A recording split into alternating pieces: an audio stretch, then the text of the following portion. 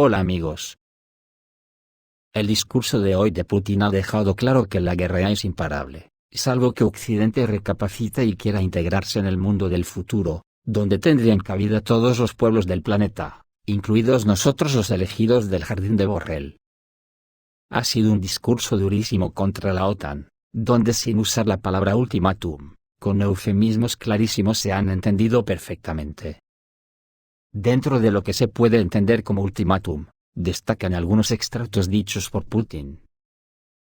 Ellos empezaron la guerra y nosotros utilizamos la fuerza para pararla. El principal objetivo de Occidente es infligir una derrota estratégica a Moscú. Los países occidentales tienen la intención de acabar con Rusia de una vez por todas. Pero responderemos en consecuencia, porque estamos hablando de la existencia de nuestro país. Es imposible derrotar a Rusia en el campo de batalla, subrayó el presidente ruso.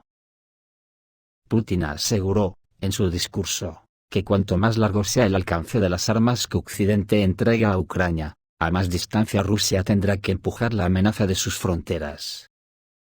Es algo natural, reiteró. Putin enfatizó la esencia nazi del régimen de Kiev, centrándose en la asignación del nombre de Edelweiss a una de las brigadas de las Fuerzas Armadas de Ucrania.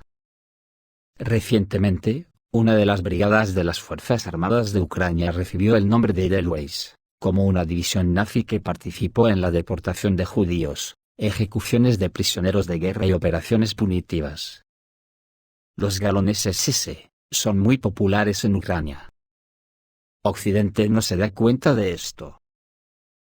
Además, el líder ruso habló sobre la similitud entre la política de Occidente en la década de 1930 y el actual modelo de comportamiento de Estados Unidos y Europa. En la década de 1930, Occidente abrió el camino al poder en Alemania para los nazis. Hoy están haciendo a Ucrania anti-Rusia. Este proyecto se remonta al siglo XIX. Con Austria y Hungría, Polonia lo nutrió para arrancar históricos territorios de nuestro país. Occidente ha dejado salir al genio de la botella, sumiendo regiones enteras en el caos. Estados Unidos y Occidente desataron un conflicto en Ucrania, dejando salir al genio de la botella, sumiendo regiones enteras en el caos. Así lo afirmó el presidente ruso, Vladimir Putin, durante su discurso ante la Asamblea Federal. Según él, 900.000 personas murieron a causa de las operaciones occidentales en todo el mundo, otros 38 millones de ciudadanos se convirtieron en refugiados. Según explicó Putin, Estados Unidos y sus aliados quieren borrar esto de la memoria. El presidente subrayó que en Occidente nadie toma en cuenta a las víctimas, porque están en juego billones de dólares. Nosotros protegemos nuestra casa, mientras que el objetivo de Occidente es el poder ilimitado. Esto significa acabar con nosotros de una vez por todas. Las élites de Occidente no ocultan el hecho de que quieren infligir una derrota estratégica a Rusia. Para nosotros, ¿qué es esto? Significa acabar con nosotros de una vez por todas. Reaccionaremos en consecuencia. Pretenden mover el conflicto local a una fase de confrontación global. En este caso, estamos hablando de la existencia de nuestro país.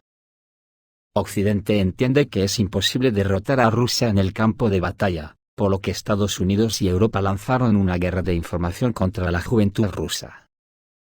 Putin dijo que Rusia defenderá sus fronteras, a pesar del suministro de armas occidentales a Ucrania.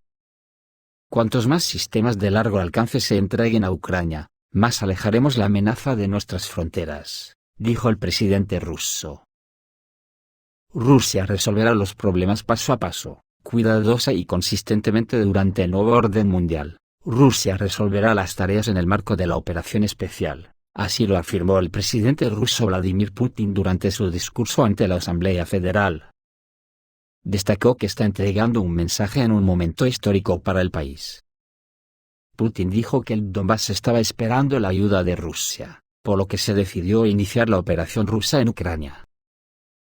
Y en este contexto, anunció que Rusia suspende su participación en el Tratado de Reducción de Armas Estratégicas, el START III, o Tratado de Reducción de Armas Estratégicas fue firmado por Rusia y Estados Unidos en Praga, República Checa, el 8 de abril de 2010. y fue prorrogado sin condiciones previas por 5 años en febrero de 2021. En virtud del acuerdo, las partes se comprometieron a reducir sus fuerzas nucleares hasta 700 portadores, 1.550 ojivas nucleares y 800 lanzadores. Y anunció que Rusia está lista para reanudar las pruebas de armas nucleares. El Ministerio de Defensa y Rosatom deben garantizar la preparación para las pruebas de armas nucleares. Así lo afirmó el presidente ruso Vladimir Putin. Enfatizó que si Estados Unidos realiza pruebas nucleares, Rusia responderá de la misma manera. Washington ya está pensando en maniobras con armas de destrucción masiva. Además, Estados Unidos está desarrollando nuevos tipos de armas nucleares. Ucrania quería obtener armas nucleares de Occidente incluso antes del inicio de la operación rusa en Ucrania. El liderazgo del régimen de Kiev planeó obtener armas nucleares de Occidente incluso antes del inicio de la operación especial en Ucrania, así lo afirmó el presidente ruso Vladimir Putin. Paralelamente al discurso, hoy mismo Rusia ha convocado a la embajadora de Estados Unidos Lynne Traki en Moscú. La Cancillería rusa indicó que la ayuda que Washington le presta a Kiev para atacar objetos militares y civiles rusos pone de manifiesto la falsedad de que Estados Unidos no es parte del conflicto, como afirma la Casa Blanca. La Cancillería de Rusia ha convocado este martes a la embajadora de Estados Unidos en Moscú, en relación con la creciente implicación de Washington en el conflicto en Ucrania al lado de Kiev.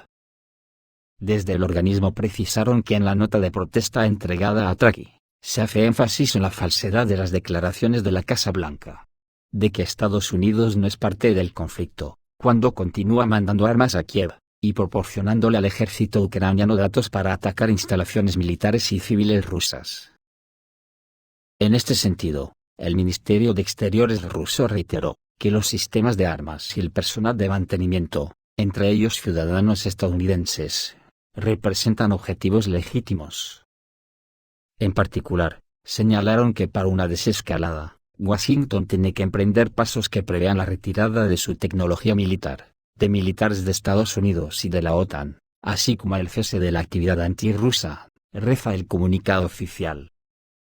Por otra parte, la Cancillería acentuó que Washington debe dar explicaciones respecto a las explosiones en los gasoductos Nord Stream, y no impedir una investigación objetiva para establecer a los culpables. No sé vosotros, pero esto me parece a mí un ultimátum en toda regla, y digo yo que Estados Unidos tiene que contestar sin tapujos. ¿Cómo lo hará? Pronto lo sabremos. Pero hoy mismo Italia ya ha abierto el melón de los cazas, y promete enviar 5 cazas a Ucrania. Por otra parte, residentes de Bielorrusia reportan explosiones en la frontera con Ucrania. Según los residentes de Bielorrusia, ayer en la frontera de Ucrania y Bielorrusia, se pudo escuchar una serie de varias explosiones e intensos tiroteos caóticos. Las explosiones pudieron ser escuchadas con mayor claridad por los residentes de Bielorrusia, que viven en el territorio de los asentamientos ubicados en la llamada zona fronteriza, a una distancia de varios kilómetros. Según los datos que aparecieron en la red, en total se pudieron escuchar al menos 10 explosiones. Estas últimas no eran lo suficientemente poderosas, sin embargo, después de un tiempo, se podía ver el humo saliendo. Sin embargo, se alega que las explosiones se produjeron en territorio ucraniano, muy cerca de la frontera con Bielorrusia. Por el momento, no hay información de que se hayan podido realizar ataques en las posiciones fronterizas de las Fuerzas Armadas de Ucrania, y por tanto, hasta el momento no hay detalles al respecto.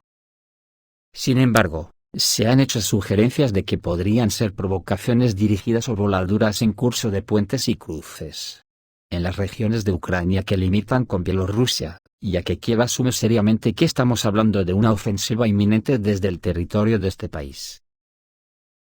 La situación en la frontera entre Bielorrusia y Ucrania se ha deteriorado gravemente. Esto se afirmó en el Ministerio de Defensa de Bielorrusia. Según el departamento, en la actualidad el régimen de Kiev ha concentrado un número significativo de personal militar en la zona fronteriza. Kiev utiliza grupos de reconocimiento contra Minsk, incluso con el uso de vehículos aéreos no tripulados, dijo el asistente del ministro de Defensa de Bielorrusia para la Cooperación Militar Internacional Valery Revenko. Según él, la probabilidad de provocaciones armadas que podrían derivar en incidentes fronterizos ha sido alta durante mucho tiempo.